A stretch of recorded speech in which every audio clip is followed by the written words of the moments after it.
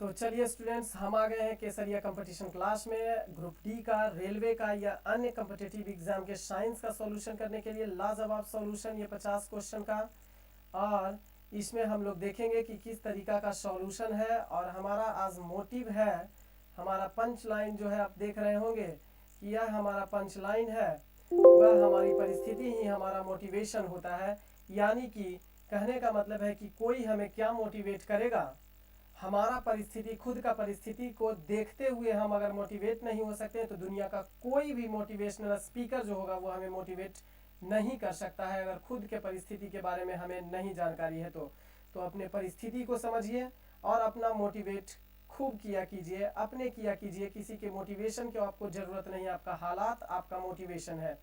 आज के क्वेश्चन को चलते हैं 50 MCQ क्वेश्चन में, जो रेलवे के ग्रुप डी का स्पेशल साइंस का ये अभी MCQ का चल रहा है, जिसमें ऐसा नहीं है कि केवल ग्रुप डी में ही ये साइंस पूछेगा, अन्य कॉम्पिटिटिव एग्जाम में भी ये क्वेश्चन पूछेगा। तो चलिए हम लोग पहला स्क्रीन पर अपना पहला क्वेश्चन देखते हैं। ये रहा, निम्नलिखित में से कौन सा रंग इंद्रधनुष में नहीं पाया जाता है। तो इंद्रधनुष में न पाया जाने वाला रंग जो होता है वह होता है भिबग्योर। इंद्रधनुष में पाया जाने वाला रंग होता है जो नीचे से लिखा जाता है VIBGYOR, जिसे कहा जाता है red, orange, yellow, green, blue, Indigo और वॉयलेट, जिसमें गुलाबी कहीं भी नहीं आता है, पिंक कहीं भी नहीं आता है। थोड़ा सा इंद्रधनुष देख लेंगे। इंद्रधनुष एक ऐसा प्रोसेस होता है जिसमें प्रकाश का अपवर्तन, परावर्तन तथा पूर्ण आंतरिक परावर्तन तथा पूर्ण आंतरिक परावर्तन की घटना होती है। आप समझेंगे इंद्रधनुष होता क्या है। तो इंद्रधनुष जब बारिश पड़ती है तो बारिश की छोटी छोटी बूंदों से, बारिश की छोटी छोटी बूंदों के द्वारा सूर्य के प्रकाश का विक्षेपण कर दिया जाता है। क्या कर दिया जाता है? विक्षेपण कर दिया जाता है। किसको? सूर्य के प्रकाश को। सूर्य प्रकाश को विक्षेपण कर दिया जाता है। अब किसके द्वारा? तो वर्षा की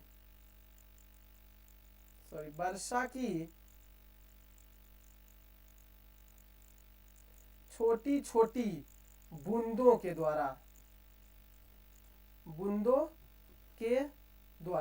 अब थोड़ा सा यहाँ पर समझ लेंगे कि इंद्रधनुष जो होता है वह दो प्रकार का होता है। एक प्राथमिक इंद्रधनुष होता है और दूसरा द्वितीयक इंद्रधनुष होता है। प्राथमिक इंद्रधनुष में क्या होता है कि इसमें 2 बार अपवर्तन की घटना होती है। प्राथमिक इंद्रधनुष में ध्यान रखेंगे कि अपवर्तन की घटना 2 बार और परावर्तन की घटना 1 बार घटित होती है। इसमें बाहर में लाल रंग होता है तथा भीतर में, लिख लेंगे, बाहर में लाल रंग होता है और अंदरवा में बैंगनी रंग होता है। क्लियर? और लाल रंग जो होता है ना, वह हमारी आंखों पर, बाहर में पाया जाने वाला लाल रंग हमारी आंखों पर 42 डिग्री 8 मिनट का कोण बनाती है, जबकि बाहर अंदरवा वाला ये जो बैंगनी रंग होता है वह हमारी आंखों पर 40 डिग्री 8 मिनट का कोण बनाती है। और लाल रंग और बैंगनी रंग, प्राथमिक इंद्रधनुष में लाल रंग और बैंगनी रंग के बीच कोणों का अंतर जो होता है वह 2 डिग्री होता है। कोण अंतर कभी कभी पूछ देता है, कोण अंतर कितना होता है? 2 डिग्री का अंतर होता है। जबकि दूसरा में होता है वह होता है द्वितीयक इंद्रधनुष। इसमें अपवर्तन 2 बार और परावर्तन की घटना भी 2 बार घटित होती है। इसमें बाहर में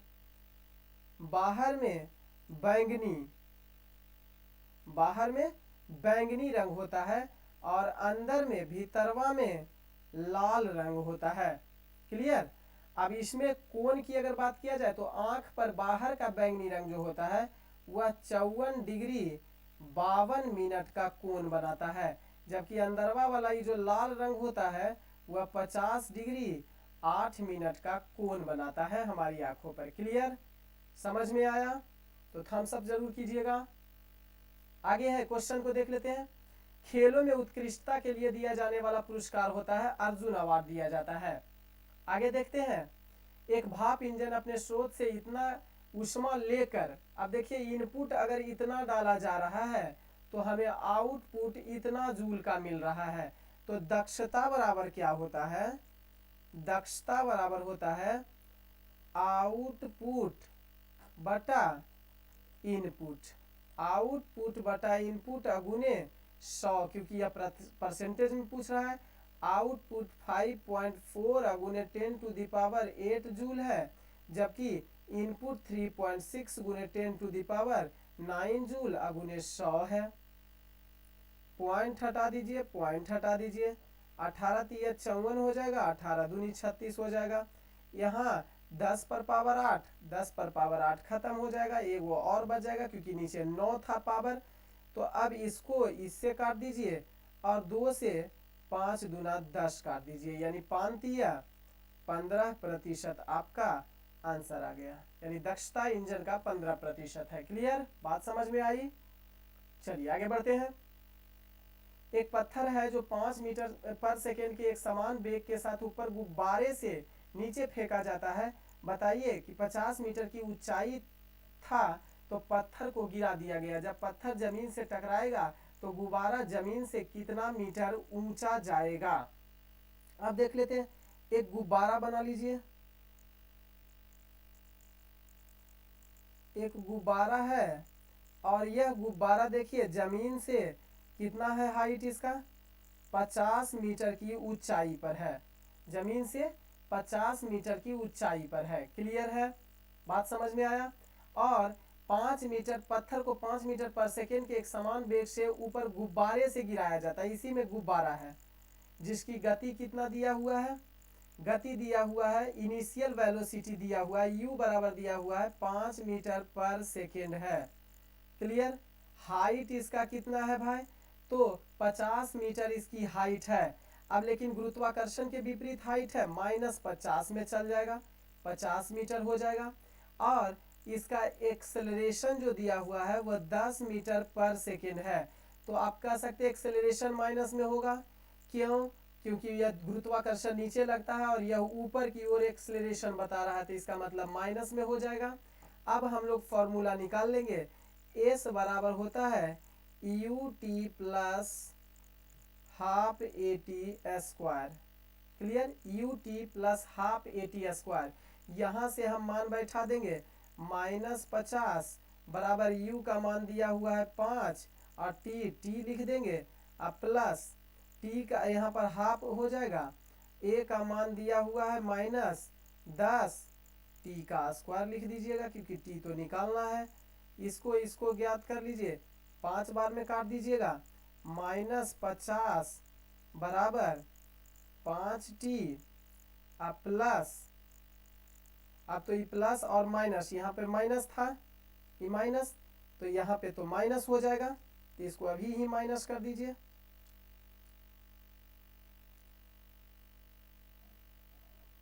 बराबर लिख दीजिए कि 5t माइनस 5t स्क्वायर हो जाएगा। क्लियर, अब इसको समीकरण के रूप में हम लिख सकते हैं, इसको इधर ले आइए तो हो जाएगा प्लस 5t स्क्वायर और माइनस 5t, अब पहले से है -50 बराबर 0। इसको क्या हम समीकरण के रूप में ऐसे लिख सकते हैं कि 5 इसमें हम कॉमन ले लेंगे तो टी स्क्वायर माइनस टी -10 बराबर 0। क्लियर है।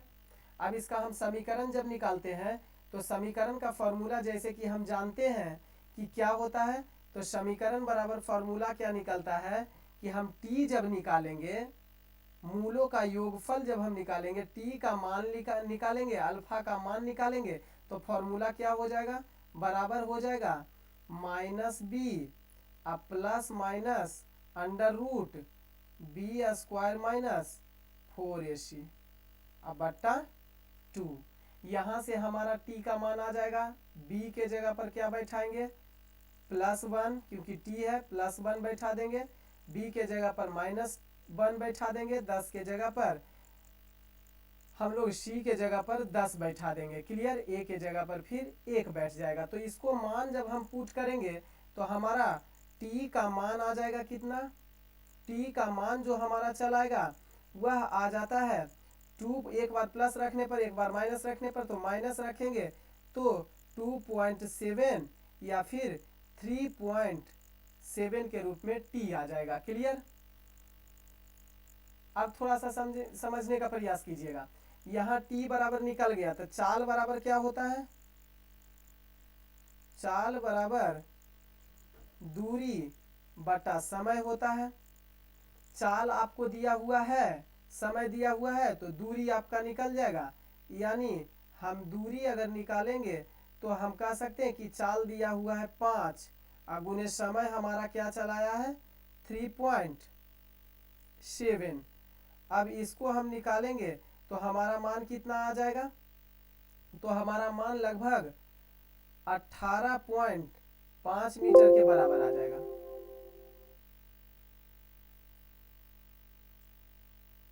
5 मीटर के बराबर आ जाएगा। क्लियर है, 5 मीटर के यहाँ हो जाएगा 18.5 मीटर के बराबर हो जाएगा।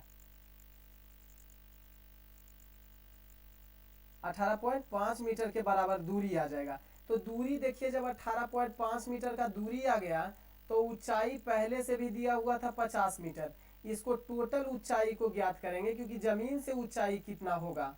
क्लियर, जमीन से ऊंचाई कितना होगा, ये तो पत्थर की ऊंचाई आ गया, बैलून से था। अब टोटल ऊंचाई को जोड़ देंगे तो 50 इसमें जोड़ देंगे तो 68.5 मीटर आ जाएगा। क्लियर है, आगे बढ़ेंगे। वर्षा की बौछार के बाद एक इंद्रधनुष के गठन की प्रक्रिया में सूर्य के प्रकाश को जल की छोटी बूंदों के द्वारा क्या किया जाता है, अभी बताए, विक्षेपित कर दिया जाता है। क्लियर, आगे है, निम्नलिखित में से किस वैज्ञानिक उपकरण का उपयोग कार के द्वारा तय की गई दूरी को मापने के लिए ओडोमीटर का इस्तेमाल किसी भी वाहन की दूरी मापने के लिए किया जाता है। ऑडियोमीटर क्या होता है, तो श्रवण यानी सुनने की तीक्ष्णता का मापक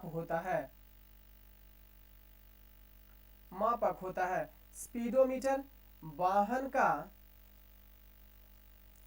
गति को मापता है, जबकि बैरोमीटर वायु मंडलीय दाब को मापने का काम करता है। बात क्लियर है, आगे बढ़े। थम्स अप जरूर कीजिएगा, लाइक जरूर कीजिएगा।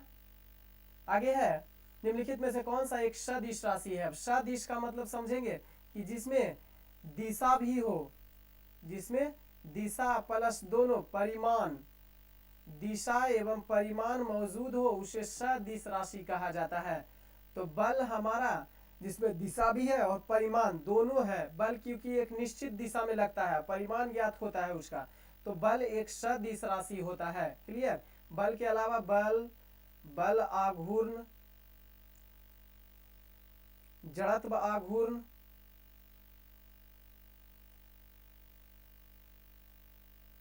इसके अलावा त्वरण, विस्थापन, मंदक, त्वरण, विस्थापन और मंदक, बलाघूर्ण, जड़त्वाघूर्ण, त्वरण, विस्थापन एवं मंदक, ये सभी क्या है, सदिश राशि के उदाहरण है। जबकि द्रव्यमान, घनत्व, जड़त्व, केवल जड़त्व सभी अदिश राशि के अंतर्गत शामिल किए जाते हैं। क्लियर है, आगे है, आंख में प्रवेश करने वाला प्रकाश की मात्रा को विनियमित करने वाला मूलभूत इकाई क्या होती है, पुतली, यानी इसको कहा जाता है आइरिस। देखिएगा, आइरिस जो होता है ना, वो आइरिस श्वेत पटल के भीतर का हिस्सा होता है। ये श्वेत पटल जो होता है, इसके स्क्लेरा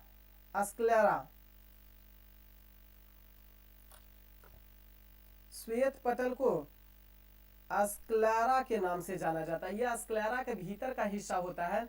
यही पुतली जो होता है ना, वह जब हम लाइट वाला एरिया में जाते हैं तो पुतली क्या हो जाता है, सिकुड़ कर छोटा हो जाता है, ताकि प्रकाश की निश्चित मात्रा ही हमारा लेंस पर अंदर पड़ सके, आंखों के अंदर जा सके। इसलिए यह छोटा हो जाता है। लेकिन जैसे ही हम अंधेरे वाले कमरे में आते हैं तो पृथ्वी फैल जाता है ताकि प्रकाश की मात्रा जा सके अंदर में और सब चीजें हमें दिखाई दे सके। तो यही पुतली के कारण सिकुड़ना और फैलना पुतली का होता है। तो आंखों में प्रकाश को सामंजस्य स्थापित करने के लिए यह ऐसा काम करता है। तो पुतली होता है, आइरिश होता है, जो प्रकाश की मात्रा को भीतर कितना जाएगा निश्चित करता है। कॉर्निया ये आंख का शटर होता है। कॉर्निया क्या होता है? आंख का शटर होता है। यह आंख का सबसे बाहरी परत होता है और यह पतला होता है। इसमें किसी भी प्रकार का ब्लड वेसल्स नहीं पाया जाता है। यही कारण है कि आंख दान के समय कॉर्निया ही दिया जाता है, क्योंकि इसमें किसी भी प्रकार का ब्लड वेसल्स नहीं पाया जाता और आंखों का सबसे बाहरी हिस्सा होता है। क्लियर? और आइरिस जो होता है वो पुतली जो आंख को विनियमित करता है कि कितना प्रकाश अंदर जा सके। बात समझ में आई? आगे बढ़ते हैं। वैसे आंख के बारे में जितना भी आपको और डिटेल जानकारी देखना है तो मेरा एक क्लास बना हुआ है, मेरा एक सॉल्यूशन दिया हुआ है, मेरा टोटल आंख पर ही एक वीडियो बनाया हुआ है। उस वीडियो को देखने का प्रयास करेंगे, टोटल का टोटल समझ में आ जाएगा। क्लियर? आगे है उत्तल दर्पण के लिए फोकल लंबाई जिसकी वक्रता त्रिज्या 40 सेंटीमीटर होती है। तो वक्रता त्रिज्या जब 40 सेंटीमीटर दिया हुआ है, इसका मतलब है कि फोकस दूरी जो होगा वक्रता त्रिज्या का आधा होता है, यानी 20 सेंटीमीटर हो जाएगा। आगे है 30 घंटे के निरंतर संचालन के लिए 2 गो 300 वाट का बल्ब और 300 वाट का पंखा और एक 1200 वाट का रेफ्रिजरेटर बिजली की खपत क्या होगा? बिजली की खपत का मतलब होता है विद्युत ऊर्जा। विद्युत ऊर्जा की खपत कितनी होगी? तो विद्युत ऊर्जा को किलोवाट घंटा व्यक्त करते हैं। तो शक्ति गुना समय होता है, शक्ति गुना समय होता है। अब शक्ति को निकाल लेंगे, तो शक्ति को निकालने के लिए क्या कहें, कितना शक्ति लग रहा है? 300 वाट का 2 गो बल्ब है यानी 600 वाट का हो गया, प्लस 100 वाट का 3 गो पंखा है यानी 300 वाट का हो गया, प्लस 1200 वाट का एगो रेफ्रिजरेटर है प्लस 1200 वाट लिख दीजिए, बराबर टोटल 2100 वाट हो गया। क्लियर? अब इस वाट को हम क्या में बदल लेंगे? किलो वाट में। इसको काट दीजिए, इसको काट दीजिए, यानी 2.1 किलो वाट कर सकते हैं। बात क्लियर है? टोटल आ गया शक्ति बराबर 2.1 किलो वाट। अब इसको बैठा दीजिएगा, शक्ति बराबर 2.1 किलो वाट। अब उन्हें समय दिया हुआ है 30 घंटा, इसको हटाइए, 0 हट गया, 21 दिया 63 किलो वाट घंटा। क्लियर? आपका आंसर सी। आगे है एक वस्तु जिसका वजन 98 न्यूटन दिया हुआ है, द्रव्यमान इसका क्या होगा? द्रव्यमान क्या होगा इसका? तो देखिए कोई भी पिंड जो है वह निश्चित तौर पर पृथ्वी पर रखा गया है, कोई भी पिंड पृथ्वी पर रखा गया है, ठीक है। अभी पृथ्वी पर रखा गया पिंड का वजन है 98 न्यूटन के बराबर। जाहिर सी बात है बड़ा कोई भी पिंड छोटा पिंड पर संपर्क में आते ही छोटा पिंड पर एक विशेष प्रकार का फोर्स लगाता है, बल लगाता है, और उसके बदले में छोटा पिंड जो होता है वो बड़े पिंड पर अपना स्थायित्व बनाए रखने के लिए विपरीत दिशा में एक बल लगाता है। क्लियर है? बात समझ में आया?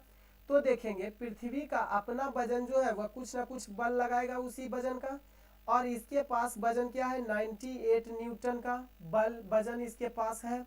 अब जो इसके पास है वही तो विपरीत दिशा में ही लगाएगा, तो इसके पास वजन है, यही वजन को इसके ऊपर फोर्स के रूप में स्थापित करेगा ताकि यह स्थायी रूप से इस पृथ्वी पर रह सके। क्लियर? तो क्या हम कह सकते हैं कि इसका वजन जो दिया हुआ है वही फोर्स के रूप में परिणत हो रहा है, यानी उसको हम फोर्स कह सकते हैं? बिल्कुल कह सकते हैं। अब F बराबर क्या होता है? ma होता है। F का मान आपको दिया हुआ है, वजन दिया हुआ है, वजन को ही हम फोर्स कहें तो फोर्स दिया हुआ है 98 बराबर द्रव्यमान आपसे पूछ रहा है, एक्सेलरेशन का मान होता है 9.8 मीटर पर सेकेंड। क्लियर है? ये वाला पॉइंट हटेगा, इधर वाला इधर से कट जाएगा, टोटल m बराबर कितना आ गया?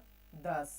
m यानी मास को किसके द्वारा? किलोग्राम के द्वारा प्रदर्शित करते हैं, अतः हमारा आंसर 10 किलोग्राम। क्लियर है?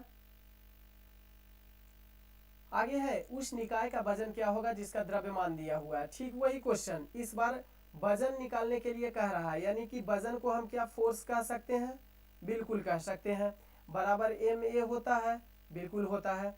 तो फोर्स इस बार हमें निकालना है और M का मान दिया हुआ 1 किलोग्राम और 9.81 होता है न्यूटन एक्सेलरेशन, ग्रेविटेशनल एक्सेलरेशन। क्या हमारा आंसर ये होगा? थम्स अप जरूर कीजिए। आगे है, किस प्रकाश में रेटिना के सामने छवि फोकस उत्पन्न होती है? अब देखिएगा, रेटिना के सम्मुख अगर प्रतिबिंब बन गया तो निकट दृष्टि दोष हो गया। रेटिना के आगे, आगे यानी सम्मुख, कहीं कहीं सम्मुख दिया हुआ रहेगा, तो रेटिना के सम्मुख प्रतिबिंब बन गया तो निकट दृष्टि दोष होता है। इसको दूर करने के लिए अवतल लेंस का प्रयोग करते हैं। बात क्लियर है? अब देखेंगे दूर दृष्टि दोष, इसमें क्या होता है कि प्रतिबिंब रेटिना के आगे न बनकर रेटिना के पीछे या कह सकते हैं दूर बन जाता है, जिसके कारण से दूर दृष्टि दोष होता है। इसमें होता क्या है कि दूर की वस्तु आपको स्पष्ट दिखाई देगी, निकट की वस्तु स्पष्ट दिखाई नहीं देगी। दोष को दूर करना है तो उपचार के लिए उत्तल लेंस युक्त चश्मा का प्रयोग कर लीजिएगा। क्लियर है? जरा दृष्टि दोष में क्या होता है कि प्रतिबिंब जो होता है वह न तो आगे रेटिना के आगे सही से बन पाता है, न तो पीछे बन पाता है, जिसके कारण से न तो दूर की न ही निकट की वस्तु स्पष्ट दिखाई देती है। क्लियर है? बात समझ में आ गया? आगे बढ़े। इसको दूर करने के लिए, जरा जरा दृष्टि दोष को दूर करने के लिए बाईफोकल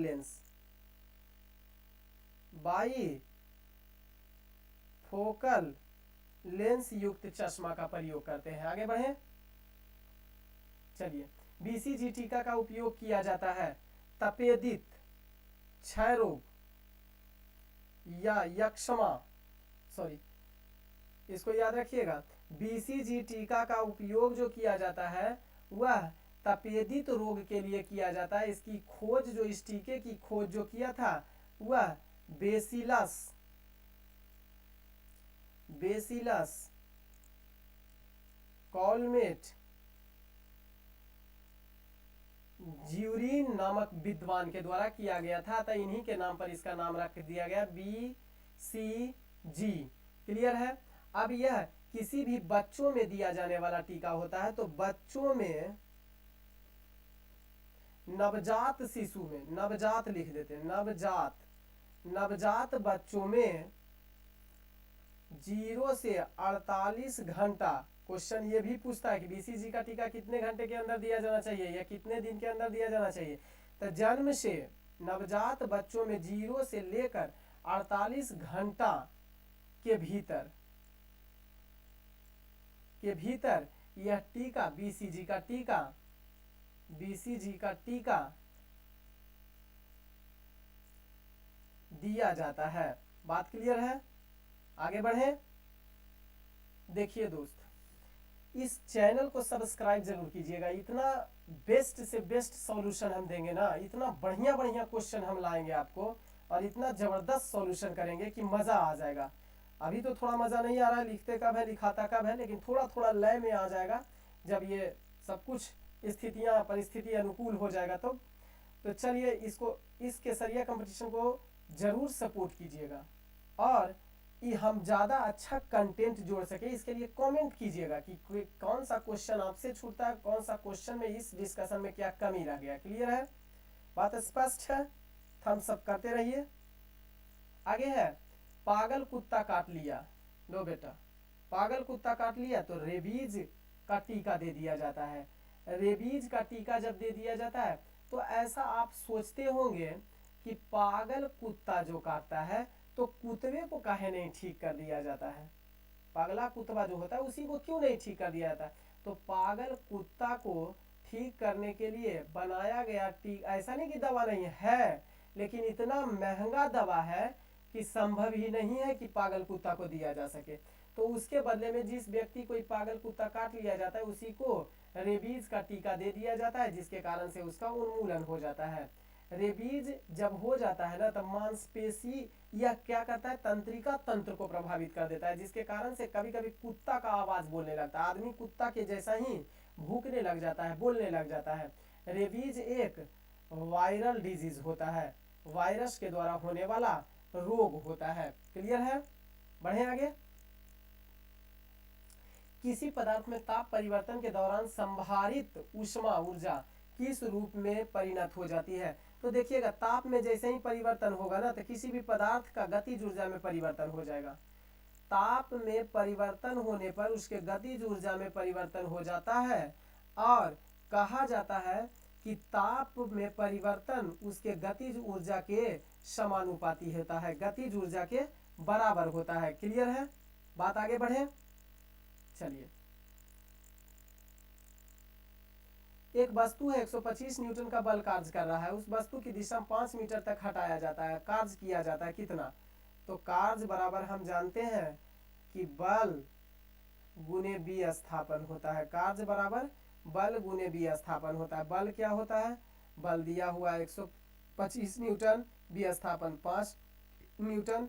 क्या हम कह सकते हैं कि 625, कार्य का मात्रा क्या होता है? जूल होता है, तो 625 जूल हो जाएगा। बात आगे बढ़े। क्लियर? एक वास्तविक गैस जिसमें किसमें एक आदर्श गैस के रूप में क्रिया कर सकती है? तो निम्न दाब और उच्च ताप जो होता है वो वास्तविक गैस जो होता है वो आदर्श गैस के रूप में कार्य कर जाता है। जब निम्न दाब रहेगा और ताप उच्च रहेगा तो कोई भी आदर्श गैस के रूप में वह वास्तविक गैस कार्य कर जाती है। थोड़ा सा आदर्श गैस का समीकरण लिख लेंगे। क्वेश्चन पूछता है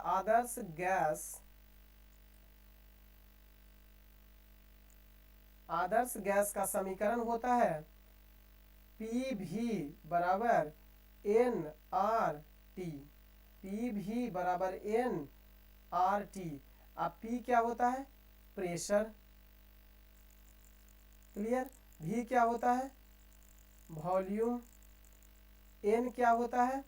तो N होता है वो मोलों की संख्या, नंबर ऑफ मोल्स होता है। R क्या होता है? तो आदर्श गैस नियतांक होता है, आदर्श गैस नियतांक होता है। T क्या होता है? टेम्परेचर होता है, टेम्परेचर होता है। क्लियर है? बात आगे बढ़े। यही हमारा आदर्श गैस का एक समीकरण होता है। तरल पदार्थ के क्वथनांक पर क्या होता है? तो तरल के क्वथनांक, जब क्वथनांक बिंदु पर पहुंच जाता है तरल, तो तापमान नियत हो जाता है। आगे बढ़े। सूर्यास्त के बाद भी पृथ्वी की सतह के निकट वायु किस कारण ऊष्मा प्राप्त करती है? तो वायु का ऊष्मा प्राप्त करना स्थलीय विकिरण के द्वारा संभव हो पाता है। विकिरण ऊष्मा के कारण हमारे पृथ्वी का सतह गर्म होता है, जबकि पृथ्वी का वायुमंडल अगर गर्म होना है, वायुमंडल गर्म होना है पृथ्वी का, तो संवहन ऊष्मा के कारण पृथ्वी का वायुमंडल गर्म हो पाता है। बात क्लियर है? आगे चले। चालन के द्वारा ठोसों में ऊष्मा का संचरण होता है, ठोस में ऊष्मा का संचरण होता है चालन विधि के द्वारा। क्लियर? और ये भी याद रख सकते हैं कि संवहन ऊष्मा के संवहन के कारण हम लोग गैसों में ऊष्मा का संचरण होता है, संचरण होता है।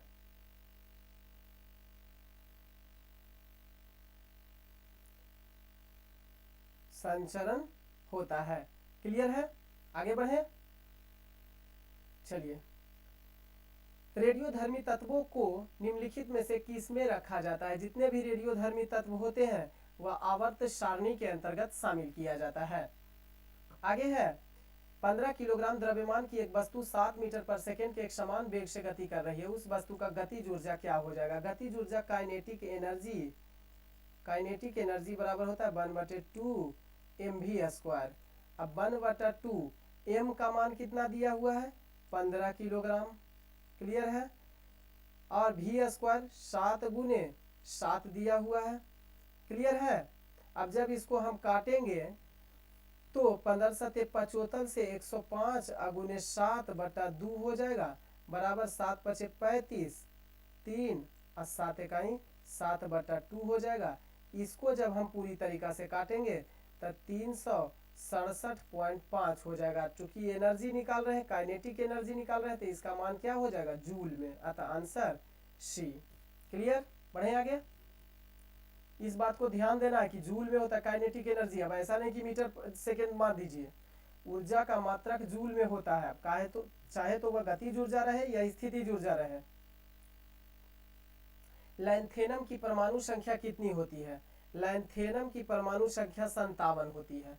अब लैंथेनॉइड के अंतर्गत 57 से लेकर 71 तक के तत्वों को लैंथेनॉइड के अंतर्गत शामिल किया जाता है, जिसमें से लैंथेनम जो होता है उसकी परमाणु संख्या 57 के बराबर होती है।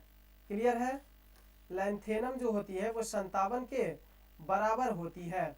इसके अलावा अगर यदि जो चर्चा हम लोग कर लेते हैं कि लैंथेनाइड के अलावा, लैंथेनम के अलावा किसका किसका होता है, तो 56 जो होता है वो बेरियम का होता है। 56 परमाणु संख्या बेरियम का होता है, जबकि 55 परमाणु संख्या में किसको शामिल किया जाता है? सीजियम, सीजियम को शामिल किया जाता है। क्लियर, स्पष्ट इसको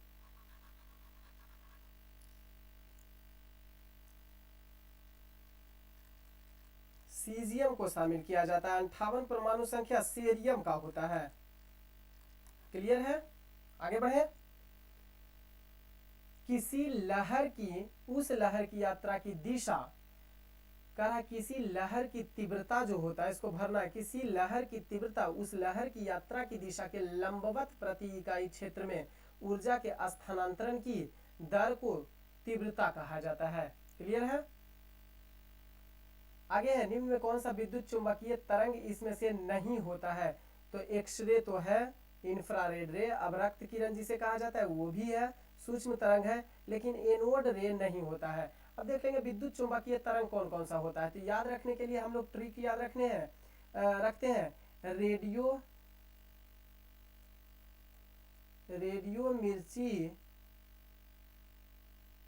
मिर्ची इज, याद रखेंगे, रेडियो मिर्ची is very useful for x generation. Clear है, रेडियो मिर्ची से याद रखिएगा दीर्घ रेडियो तरंग, दीर्घ रेडियो तरंग। क्लियर, मिर्ची से याद रखिएगा लघु यानी माइक्रो रेडियो वेव, लघु एम से माइक्रो याद रखिएगा, मिनी लघु रेडियो तरंग। क्लियर, इज से याद रखिएगा इंफ्रारेड रे, इंफ्रारेड रे अवरक्त किरण। भेरी से याद रखिएगा विजुअल रे, विजुअल रे यानी दृश्य विकिरण। यूजफुल से याद रखिएगा अल्ट्रा, अल्ट्रा वायलेट रे यानी कि परा बैगनी तरंग को याद रखिएगा। क्लियर, यहाँ 4 जो है वो साइलेंट रखिएगा, जबकि एक्स रे ध्यान रखिएगा, और जनरेशन से गामा किरण याद रखिएगा, गामा किरण। यह सभी विद्युत चुंबकीय तरंग होता है। क्लियर है, रेडियो मिर्ची is very useful for x generation, नया नया जनरेशन के लिए रेडियो मिर्ची बड़ा यूजफुल होता है। इसके अलावा थोड़ा सा नोट में एगो लिख लीजिएगा कि प्रकाश भी एक विद्युत चुंबकीय तरंग है। प्रकाश भी एक विद्युत चुंबकीय तरंग होता है। क्लियर है? आगे देख लेते हैं। एरोमेटिक हाइड्रोकार्बन के अणुओं में कम से कम कितने बेंजीन रिंग पाए जाते हैं? कम से कम एगो बेंजीन रिंग निश्चित तौर पर पाया जाता है एरोमेटिक हाइड्रोकार्बन में। एरोमेटिक हाइड्रोकार्बन किसे कहा जाता है? जो हकल के नियम का प्रतिपादन, हकल के नियम का पालन करता है, उसे एरोमेटिक के अंतर्गत शामिल किया जाता है। हकल के नियम का पालन करेगा उसको हम कहेंगे एरोमेटिक हाइड्रोकार्बन। क्लियर है? तो बेंजीन इसमें शामिल होता है। देखेंगे बेंजीन का कैसे बनता है। बेंजीन को हम लोग इस रूप में संरचना लिखते हैं। क्लियर है? इस रूप में इसको हम लोग लिखते हैं बेंजीन को। अब यह हकल नियम क्या होता है?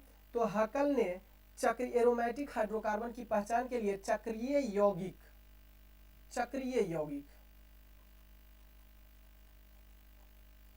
यौगिक का नियम दिया था, जिसमें से चक्रीय यौगिक जो 4n +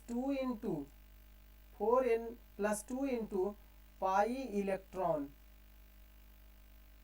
इलेक्ट्रॉन के नियम का अगर प्रतिपादन करेगा, अगर इस नियम को फॉलो करेगा, इस नियम को फॉलो करेगा जिसमें n का मान 0, 1, 2, 3, 4 ... इस रूप में हम n का मान रख सकते हैं, तो उसे ही एरोमेटिक हाइड्रोकार्बन कहा जाता है। बात क्लियर है? बढ़े आगे। एल्डिहाइड क्या होता है? तो एल्डिहाइड जो होता है वह एक प्रबल लघुकारी एजेंट के रूप में काम करता है, और एल्डिहाइड जो होता है -CHO के रूप में पाया जाता है। क्लियर है? आगे है नाइट्रिक एसिड निम्नलिखित में से किसके साथ अभिक्रिया नहीं करता है? तो नाइट्रिक एसिड कभी सोना के साथ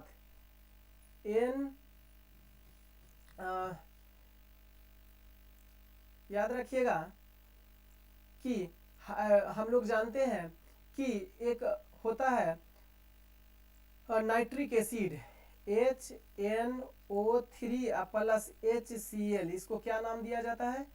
एक्वा रेजिया। याद करिए, एक्वारेजिया।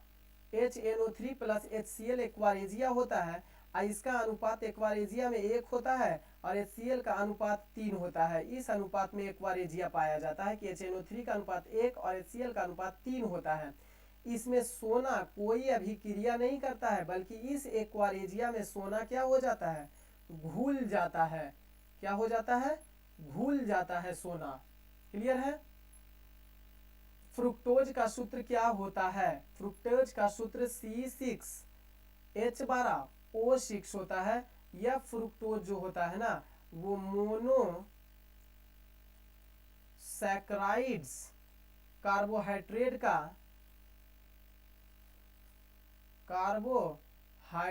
का व्यंजक है। कार्बोहाइड्रेट का क्या है? व्यंजक है। मोनोसेक्राइड का एक प्रकार, कार्बोहाइड्रेट के किस प्रकार का? मोनोसेक्राइड प्रकार का एक प्रकार का यह फ्रुक्टोज अणु होता है। क्लियर? फ्रुक्टोज को हम फलों के रस से, फ्रुक्टोज को हम प्राप्त कहां से करते हैं? तो फलों के रस से इसको प्राप्त किया जाता है। क्लियर है? बढ़े आगे। आगे जिन उप परमाणु कणों में सामान्य उप परमाणु कण से विपरीत गुण पाए जाते हैं उसको जाहिर सी बात है प्रतिकण, या इसी को हम लोग कहते हैं एंटी पार्टिकल। जो उसका पार्टिकल होता है उसके विपरीत अगर यदि जो काम करेगा तो उसको हम लोग कहेंगे प्रतिकण, यानी एंटी पार्टिकल की संज्ञा देंगे। अल्फा कणों के बारे में लिखित में से कौन सा बात असत्य है? अल्फा कण जो होता है उच्च आयनीकरण क्षमता रखता है, ये बात सत्य है। उसकी भेदन क्षमता उच्च होती है, जी नहीं। तीनों कणों में से हमने कल पढ़ाया था, कल सॉल्यूशन किया था कि जब 1902 ईस्वी में सोने की एक पतली परत से जब किसी रेडियोधर्मी तत्व को गुजारा गया तो उसमें से तीन गो अणु बाहर निकला। कौन कौन? अल्फा, बीटा और गामा, अल्फा बीटा और गामा। अल्फा जो था वह जाहिर सी बात है यह पॉजिटिव होता है, अल्फा पॉजिटिव होता है, जिसके बारे में कहे थे अल्फा जैसे ही निकला तो यह जिधर निगेटिव था तो ऋणायन ध्रुव की ओर यह चला गया, जबकि बीटा जो है वह धनायन ध्रुव की ओर चला गया। कहाँ चला गया? धनायन ध्रुव की ओर चला गया, धनायन ध्रुव की ओर चला गया, जिसका कारण है कि जाहिर सी बात है खुद निगेटिव होगा तभी तो ये धनायन ध्रुव की ओर चला गया। और गामा किरण जो था वह विचलित न हुआ, वह सीधा सीधी बाहर निकल गया, यानी ना तो इसको पॉजिटिव से लेना देना था ना तो निगेटिव से लेना देना था। तो यह आवेशहीन कण था, इस पर कोई आवेश नहीं पाया जाता है, तो इस पर कोई आवेश नहीं, कोई व्यवधान पहुंचाने वाला है ये नहीं है, कोई डिस्टर्ब करने वाला है ये नहीं, कोई बौद्धि डिस्टर्ब नहीं करती है, जिसके कारण से यह क्या होता है, यह सीधा सीधी भेद करके निकल गया, यानी इसकी भेदन क्षमता सबसे ज्यादा थी। तो क्या यह अल्फा कण के साथ भेदन क्षमता सबसे ज्यादा होगा? यही काम असत्य है अल्फा कण के बारे में, भेदन क्षमता अल्फा कण का सबसे कम होता है। यहाँ रहता कि भेदन क्षमता उच्च ना होके कम होता है तो यह आपका सही हो जाता। क्लियर है? बाकी सब इनकी गतिज ऊर्जा भी उच्च होती है अल्फा कण की गतिज ऊर्जा, क्योंकि इसका द्रव्यमान अधिक होता है और द्रव्यमान जब अधिक होता है तो गतिज ऊर्जा भी अधिक होता है। उसमें पूरा डिस्क्रिप्शन कल बताए हैं। धन आवेशित हीलियम होता है, देखिए धन आवेशित तभी तो ऋण आवेशित की ओर चला गया, तो ये बात भी इसके साथ सही हो जाएगा, ये बात असत्य हो जाएगा, अतः आंसर आपका बी हो जाएगा। क्लियर है? फास्फोरस को पानी में क्यों रखा जाता है? ऐसा इसलिए क्योंकि इसका ज्वलन तापमान बहुत कम होता है, जिसके कारण से कम ही तापमान पर यह जल उठता है, जिसके कारण से इसे जल में रखा जाता है। बात क्लियर? आनुवांशिक रूप से समान व्यक्तियों के बीच प्रत्यारोपण को क्या कहिएगा? तो आनुवांशिक रूप से प्रत्यारोपण को कहा जाता है आइसोग्राफ्ट। क्या कहा जाता है? आइसोग्राफ्ट कहा जाता है। क्लियर है? अब देखेंगे आउटोग्राफ्ट क्या होता है, तो थोड़ा सा लिख लेंगे, एक ही व्यक्ति का एक अंग से दूसरे अंग में प्रतिस्थापन करना। व्यक्ति एक ही है, एक ही व्यक्ति का अंग, एक ही व्यक्ति का अंग है और उसी व्यक्ति के एक अंग को दूसरे अंग में, एक ही व्यक्ति का अंग दूसरे अंग में प्रतिस्थापित करना। अब जैसे हेयर ट्रांसप्लांट कराया जाता है, तो हेयर ट्रांसप्लांट में क्या होता है, पीछे के कुछ बाल के कणों का हिस्सा ले लिया जाता है और रोप दिया जाता है, जहां बाल नहीं होता वहां पर रोप दिया जाता है, तो इसको क्या कहेंगे? ऑटोग्राफ्ट कहेंगे। एक व्यक्ति का अंग जो है दूसरे अंग में प्रतिस्थापित कर दिया जाता है, ऑटोग्राफ्ट कहलाता है। क्लियर? अब एलोग्राफ्ट की अगर यदि जो बात करेंगे, एलोग्राफ्ट की अगर यदि जो बात करेंगे तो वह हो जाएगा कि एक ही जाति के दो सदस्य में उत्तक का प्रत्यारोपण किया जाता है। एक ही जाति के दो सदस्य में उत्तकों का प्रत्यारोपण किया जाता है। इसमें उत्तक की बात आ गया, उत्तकों का प्रत्यारोपण किया जाता है। जीनोग्राफ्ट में क्या कहेंगे? तो इसमें केवल एक जाति का था तो एलोग्राफ्ट कर रहे थे, और जीनोग्राफ्ट जब आ जाएगा तो इसमें अलग भिन्न भिन्न जाति, अलग जाति के दो सदस्य में उत्तकों का प्रत्यारोपण किया जाता है। बात क्लियर है? समझ गए? समझ गए तो लाइक जरूर कीजिएगा, सब्सक्राइब भी कीजिएगा, ताकि हमारा ये केसरिया परिवार जो है वो बड़ा बन सके, अच्छा बन सके और बिहार में नाम कमा सके। कम से कम जो अपने हैं वो तो कीजिए, कम से कम केसरिया परिवार का हर एक सदस्य जो व्यू करते हैं, जो देखते हैं इस कंपटीशन, जो इस डिस्कशन को देखते हैं या हमारा क्लास देखते हैं, वो हमारा सदस्य है, हमारा परिवार है। और इस केसरिया को आगे बढ़ाइए ताकि केसरिया के रंगों में हम और रंग सके और अच्छे कंटेंट को जोड़ सके, विश्वास और आत्मविश्वास के साथ आपके साथ खड़े रह सके और कंपटीशन का हर एक एग्जाम को क्रैक करने की क्षमता बनाएं।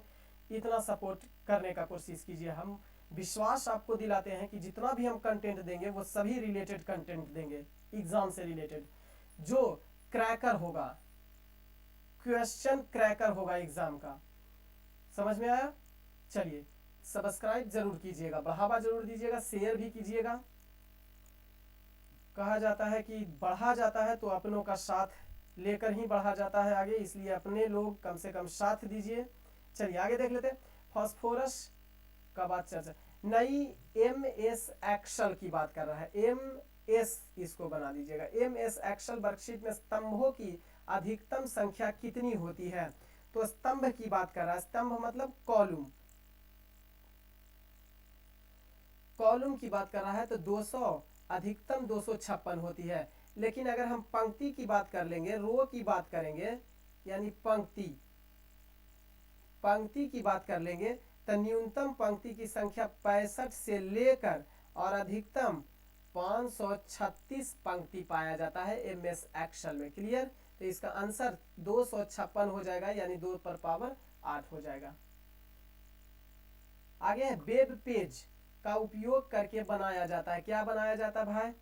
HTTP hyper text transfer protocol होता है। Hyper text transfer protocol, hyper text transfer protocol, जिसका उपयोग करके वेब पेज नहीं बनाया जाता है। URL नहीं होता है। HTML देखेंगे, हाइपर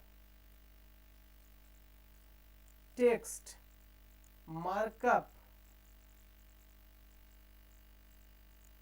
लैंग्वेज। इंटरनेट को चलाने के लिए HTTP का प्रयोग किया जाता है, जबकि वेब पेज को बनाना है, वेब पेज को अगर बनाना है तो HTML का प्रयोग करेंगे। हाइपर टेक्स्ट मार्कअप लैंग्वेज का प्रयोग करके वेब पेज को बनाया जाता है। क्लियर? यूस्टोकी नली का मानव शरीर के किस भाग में स्थित होता है? यूस्टोकी नली मध्य कान में, मध्य कान में पाया जाता है। यूस्टोकी नलियां जो होती है वो मध्य कान का हिस्सा होता है। जो ये यूस्टोकी नलियां जो होता है मध्य कान में करता क्या है? तो दाब यानी प्रेशर, उच्च प्रेशर का जो ध्वनि होगा उसको नियंत्रित करता है। दाब को नियंत्रित करता है यूस्टोकी नलियां, जो मध्य कान में पाया जाता है। क्लियर है? बात आगे बढ़े, क्वेश्चन को बढ़ाएं। आगे है, कौन सा कार्बोहाइड्रेट के पाचन का प्रमुख उत्पाद होता है? कार्बोहाइड्रेट जब पाचन होता है ना तो ग्लूकोज में बदल जाता है। क्लियर? कार्बोहाइड्रेट का पाचन ग्लूकोज के रूप में यह परिवर्तित हो जाता है और लीवर के द्वारा ग्लाइकोजन के रूप में स्टोर कर लिया जाता है। बात क्लियर है? तो ग्लाइकोजन का स्टोरेज किसके द्वारा? लीवर के द्वारा किया जाता है। आगे बढ़ते हैं। ग्लूकोज, एक चीज और याद रखेंगे कि यह ग्लूकोज जो होता है वह मोनोसेकेराइड, कार्बोहाइड्रेट के मोनोसेकेराइड का हिस्सा होता है। क्लियर है? आगे बढ़े। पैनक्रियाज की कोशिका जो इंसुलिन उत्पन्न करती है क्या कहलाती है? आइसलेट्स ऑफ लैंगरहैंस के नाम से जाना जाता है। यह पैनक्रियाज, क्लियर है? पैनक्रियाज के आइसलेट्स ऑफ लैंगरहैंस की दीपिका से इंसुलिन के बीटा सेल से, पैनक्रियाज के बीटा सेल से इंसुलिन का स्रावन होता है। यह इंसुलिन जो होता है वह शर्करा, शरीर में शर्करा को नियंत्रण करता है। अब यह इंसुलिन का स्रावन अगर कम हो जाएगा तो वैसे व्यक्ति को डायबिटीज हो जाएगा। इंसुलिन अगर का स्रावन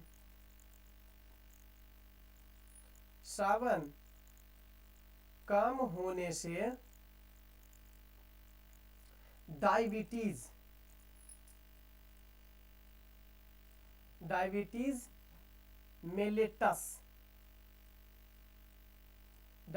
मेलेटस रोग होने की संभावना बन जाती है। क्लियर है? और इस इंसुलिन की खोज किसके द्वारा किया गया था? तो खोज में याद रखेंगे बेंटिंग एवं वेस्ट नामक विद्वान के द्वारा 1921 ईस्वी में किया गया था।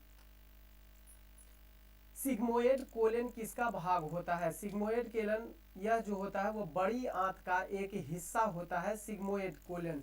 अब यह पेल्विक, जिसको कहा जाता है पेल्विक कोलन, सिग्मोइड कोलन जो होता है वह पेल्विक कोलोन का हिस्सा होता है, जो कि 35 से 40 सेंटीमीटर लंबा होता है। क्लियर है? बड़ी आंत का हिस्सा है। पहले कॉमनवेल्थ गेम्स कहाँ हुए थे? तो कनाडा के हैमिल्टन में, कनाडा के हैमिल्टन शहर में पहला कॉमनवेल्थ गेम का आयोजन किया गया था। इसे पहले ब्रिटिश गेम्स के नाम से जाना जाता था। भगवान शिव की प्रतिष्ठा में कितने ज्योतिर्लिंग स्थापित किए गए हैं? 12 ज्योतिर्लिंग की स्थापना किया गया है। आगे है, विश्व की सबसे बड़ी रेल सुरंग सीकन रेल सुरंग है, जो जापान में स्थित है। गलत बात। विश्व की सबसे छोटी सीमा वाला देश जिब्राल्टर है। सीमा सबसे छोटा है वो जिब्राल्टर है। ऑप्शन नंबर 2 आपका सही हो जाएगा। दक्षिण चीन सागर विश्व का द्वितीय सबसे बड़ा सागर है, नहीं, गलत हो जाएगा। ऑप्शन नंबर 2 केवल सही हो जाएगा। आगे बढ़े। केंद्रीय गृह मंत्री के पद पर रहते हुए भारत रत्न पुरस्कार पाने वाले गोविंद वल्लभ पंत के बारे में अगर यदि जो देखते हैं तो गोविंद वल्लभ पंत को 1957 ईस्वी में भारत रत्न दिया गया था। लाल बहादुर शास्त्री को 1966 ईस्वी में मरणोपरांत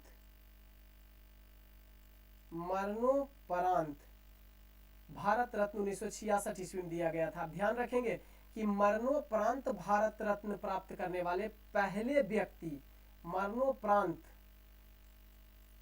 भारत रत्न प्राप्त करने वाले पहले व्यक्ति थे लाल बहादुर शास्त्री। सरदार वल्लभ भाई पटेल को भारत रत्न की दर्जा, भारत रत्न का पुरस्कार 1991 ईस्वी में दिया गया था, जबकि गुलजारी लाल नंदा को 1997 ईस्वी में भारत रत्न दिया गया था। क्लियर है? Better to reign in hell than serve in heaven, इसका पूरा रूप देखिए क्या होता है। हिंदी इसका क्या होता है कि नरक में सेवा करने से अच्छा है, सॉरी, यहाँ केवल एक पॉइंट कटेगा। यहाँ कहेंगे कि स्वर्ग में सेवा करने से अच्छा है कि नरक में शासन करें। नरक में शासन करना करा है, स्वर्ग में सेवा करने से अच्छा है, नरक में शासन करना उचित होता है। यह मिल्टन का कथन है। क्लियर है? आगे, बैडमिंटन के खेल में निम्नलिखित में से कौन सा एक hard hit over head shot, जिसमें शटल को प्रतियोगी के रूप में पाले में तेजी से नीचे की ओर हिट किया जाता है, स्मैश। बैडमिंटन में स्मैश शब्द का उसके लिए इस्तेमाल किया जाता है। आगे है, अंतरिक्ष यान के अंदर अंतरिक्ष यात्री कैसा वजन महसूस करेगा? शून्य वजन, क्योंकि वहां किसी भी प्रकार का ग्रेविटेशनल फोर्स नहीं पाया जाता है, जिसके कारण से शून्य की स्थिति होती है। आगे बढ़े। भारत की पहली फीचर फिल्म राजा हरिश्चंद्र 21 अप्रैल 1913 ईस्वी में प्रकाशित किया गया था। राजा हरिश्चंद्र 1913 ईस्वी में प्रकाशित किया गया था, और यह राजा हरिश्चंद्र भारत की पहली मूक मतलब आवाज नहीं, गूंगा जिसको कहते हैं, मूक फिल्म थी। इसमें किसी भी प्रकार का आवाज नहीं था इसमें। लेकिन यह राजा हरिश्चंद्र था 1913, हालांकि 1911 ईस्वी में 1912 ईस्वी में बन के तैयार हुआ और 21 अप्रैल 1913 ईस्वी में फिल्मी पर्दों पर प्रदर्शित किया गया था। लेकिन अगर पहली बोलती फिल्म की बात करेंगे भारत में, पहली बोलती फिल्म की बात करेंगे भारत में, तो 1931 ईस्वी में आलम आलम आरा पहली बोलती फिल्म थी जिसका निर्देशन किसने किया था? निर्देशन, क्वेश्चन पूछता है निर्देशन किसने किया था? तो आरदेशीर ईरानी के द्वारा किया गया था। क्लियर है? आगे बढ़े। अच्छा, टेलीविजन रंगीन, सबसे रंगीन टेलीविजन पर फिल्म, टेलीविजन पर प्रदर्शित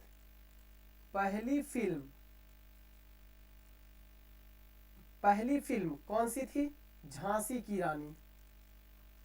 झांसी की रानी पहली फिल्म थी। सीरियल में सबसे पहला सीरियल हम लोग। कौन सा? हम लोग।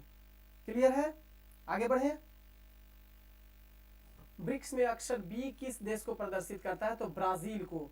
B for Brazil, R for Russia, I for India, C for South Africa, sorry C for China और एस फॉर साउथ अफ्रीका को रखा गया है। इस ब्रिक्स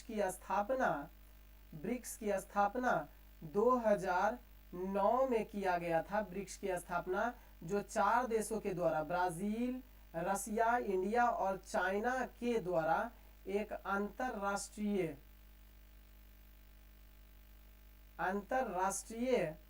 आर्थिक संगठन के रूप में 2009 में किया गया था। क्लियर है? आगे बढ़े।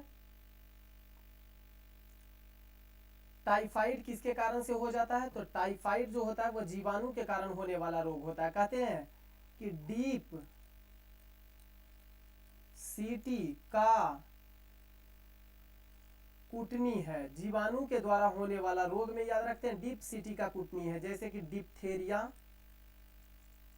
डिप्थेरिया, प से प्लेग, सी से सिफिलिस, क्लियर, और टी से टिटेनस, और एक और रखिएगा टीबी। टी से टिटेनस और टीबी दोनों को रखा जाता है। का से काली खांसी, कु से कुष्ठ रोग, टा से टाइफाइड नामक रोग हो जाता है। नी से निमोनिया और है से हैजा नामक रोग हो जाता है। यह जीवाणु के द्वारा होने वाला रोग होता है। क्लियर है? तो ये एक मिनट,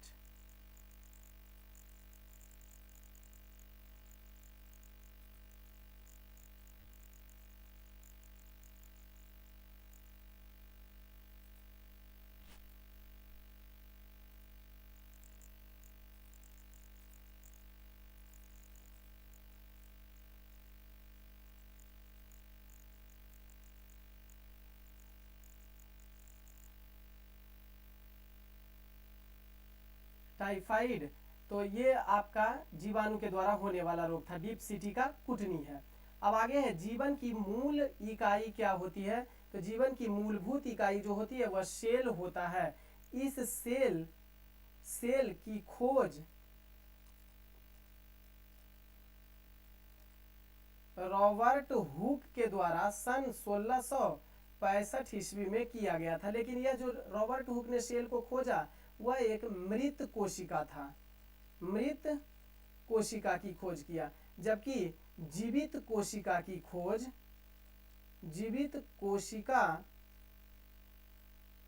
खोज एंटोनी वॉन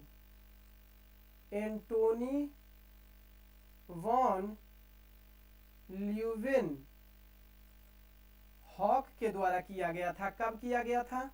तो सन 1774 ईस्वी में जीवित कोशिका की खोज किया गया था। क्लियर है? तो स्टूडेंट्स, केसरिया कंपटीशन क्लास में आज का ये 50 क्वेश्चन का टेस्ट सीरीज खत्म होता है और इसका डिस्कशन आप देखने का प्रयास कीजिए। जब भी आपको मौका मिला, जब भी आपको टाइम मिले, तो निश्चित तौर पर इसको देखने का प्रयास करिएगा। इसी तरीका का हम कंटेंट हर दिन जोड़ने का प्रयास करेंगे। और एक और चीज आपको अनाउंसमेंट हम करें कि करंट अफेयर्स का भी लाजवाब सॉल्यूशन हम लेके आपके सामने प्रस्तुत होंगे, जो हर सुबह में आपके सामने क्वेश्चन आएगा।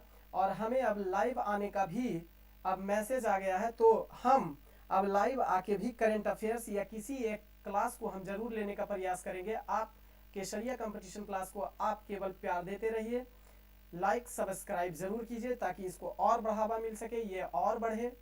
शेयर कीजिए वीडियो को ताकि ज़्यादा से ज़्यादा लोगों तक हम पहुंच सकें और अच्छे से इसको हम सॉल्यूशन कर सकें और बता सकें, एक योगदान कर सकें आपके एग्ज़ाम में, आपके तैयारी में एक अच्छा योगदान हम भी कर सकें, उसमें शामिल हो सके। क्लियर? तो चलते हैं। बेस्ट ऑफ लक और खुश रहिए, मुस्कुराते रहिए और अपना तैयारी को बनाए हुए रखिए ताकि हर एग्जाम को क्रैक करने की क्षमता आप में हो। याद रखिए, आपका परिस्थिति ही आपका मोटिवेशन है। चलिए आज की सेवा को देते हैं विराम। बहुत बहुत धन्यवाद।